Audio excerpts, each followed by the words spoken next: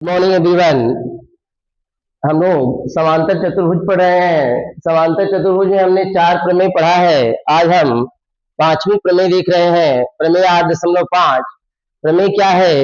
हमने यहाँ लिखा है, यदि एक चतुर्भुज में सम्मुख कोणों का प्रत्येक युग्म बराबर हो तो वह एक समांतर चतुर्भुज होता है।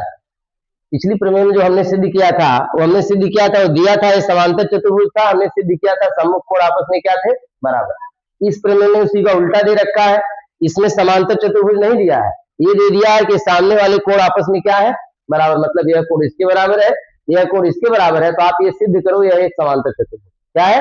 समांतर चतुर्भुज। अपोजिट है कि नहीं है? पिछले में समांतर दिया था, सम्मुख कोण बराबर सिद्ध करने थे 8.4 में, और इसमें सम्मुख कोण बराबर दे दिया, समांतर नहीं दिया। वही समांतर आपको क्या करना सिद्ध करना है ना। तो यहाँ ने लिखा है, दिया है चतुर्भुज एबीसीडी में, यह चतुर्भुज जो एबीसीडी है इसमें ए जो है सी के बराबर है, बी किसके बराबर है? कोण ए जो है सी के बराबर है, बी वाला किसके बराबर है? डी के। इसकी सहायता से हमें सिद्ध करना है चतुर्भुज एबीसीडी। क्या बात कर रही है? चतुर्भुज एबीसीडी एक क्या है? समांतर चतुर्भुज है। इसके लिए हमने चतुर्भुज के पहले चतुर्भुज का नाम लिखा है एबीसीडी में।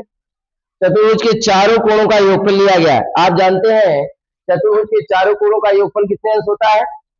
360 अंश। त्रिभुज के तीनों अंतर कोणों का योगफल कितना होता है? 180 अंश। तो यहाँ पे चतुर्भुज है, तो चतुर्भुज के हमने चारों कोणों का योग, कोण ए प्लस कोण बी प्लस कोण सी प्लस कोण डी बराबर कितना?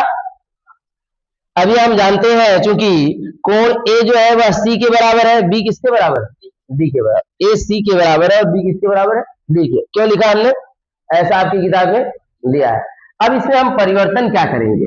हम ए बी समांतर डीसी के लाना चाहते हैं, तो इसके लिए मैं बी और सी को ऐसे रखूंगा, शेष ए और डी को क्या करूंगा? चेंज करूंगा, है ना। तो हमने क्या किया है, यहाँ देखिए जो चारों पद लिखेंगे, इन चारों पदों में मैंने ए और डी को बदला है, बी और सी को सेम छोड़ा है। देखिए ए के स्थान पे हमने क्या लिख दिया? सी लिख दिया। ए के स्थान पे क्या लिखा? सी। क्यों लिखा? क्योंकि दोनों आपस में बराबर है और जरूरत हमको सी की। किसकी जरूरत है? इसलिए ए को हटाकर हमने क्या लिख दिया? सी लिख दिया। बी और सी जैसे है देखो ऐसे रखा गया, बी और सी को। किसको बदले? डी को। डी को बदलकर हमने क्या लिख दिया?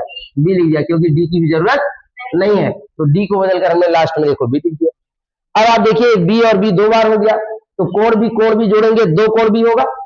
सी और सी जोड़ेंगे 2 कोण सी जोड़ेंगे 2 कोण सी हो जाए, बराबर 360 अंश।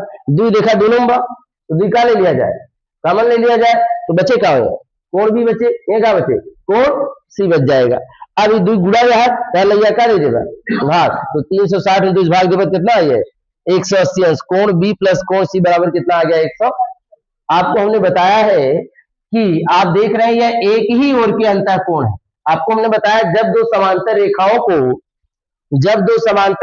को एक तिर्यक रेखा काटती है, जैसे ये 2 समांतर रेखाएं हैं, इसको एक तिर्यक रेखा काटती है, तो हमने आपको बताया होगा एक ही ओर के अंतः कोणों का योगफल 180 अंश होता है। होता है कि नहीं होता है?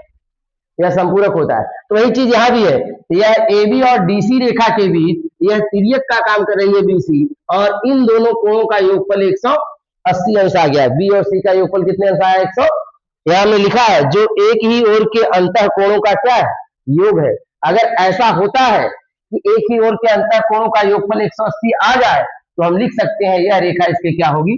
समांतर। क्योंकि समांतर होगी तभी एक ही ओर के अंतः कोणों का योगफल 180 अंश आएगा, और अगर समांतर नहीं होगी तो कोणों का योगफल 180 अंश नहीं आएगा।